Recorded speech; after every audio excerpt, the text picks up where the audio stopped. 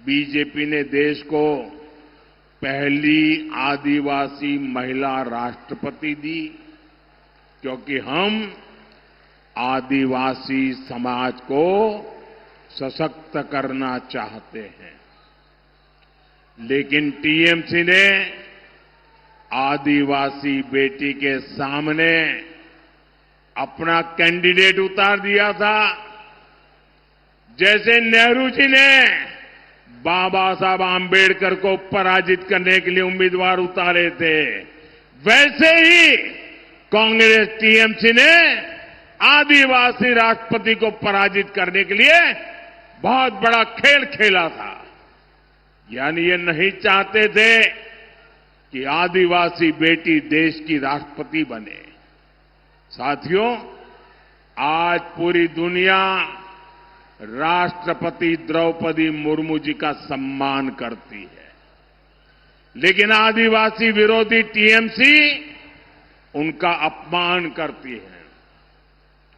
यहां बंगाल में जब राष्ट्रपति जी आई तो टीएमसी ने कैसे उनका अपमान किया, ये पूरे देश ने देखा है।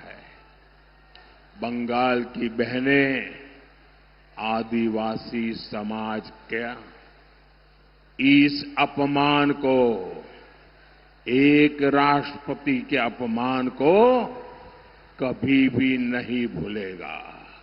आप मुझे बताइए, राष्ट्रपति का अपमान हमें मंजूर है क्या? राष्ट्रपति का अपमान हमें मंजूर है क्या?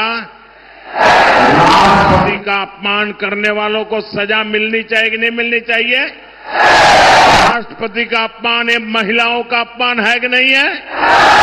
राष्ट्रपति का अपमान आदिवासियों का अपमान है कि नहीं है? राष्ट्रपति का अपमान संविधान का अपमान है कि नहीं है?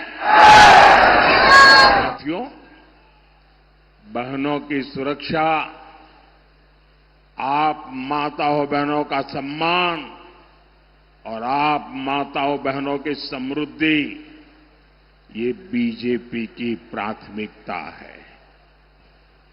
अभी टीएमसी सरकार के भ्रष्टाचार की वजह से बंगाल की महिलाओं को वो लाभ नहीं मिलता जो बीजेपी सरकार में मिला करता है, जो बगल में असम में मिलता है, जो बगल में त्रिपुरा में मिलता है, जो बगल में उड़ीसा में मिलता है, जो बगल में बिहार में मिलता है। वहां की महिलाओं को जो मिलता है वो आपको ये टीएमसी की निर्मम सरकार नहीं देने देती। बंगाल में बीजेपी सरकार बनेगी तो गरीब बहनों को मुफ्त राशन मिलेगा, कोई आपका राशन छीन नहीं पाएगा। बंगाल की बीजेपी सरकार महिलाओं को पक्का घर बनाने के लिए पीएम आवास योजना के तहत 1.5 लाख रुपए तक की मदद देगी। कितना? टीएमसी की निर्मम सरकार ने यहां आयुष्मान योजना रोक रखी है। बंगाल में बीजेपी की सरकार बनते ही यहां महिलाओं को 5 लाख रुपए तक की मुफ्त इलाज की सुविधा देगी। कितने रुपए की? 5 लाख रुपए।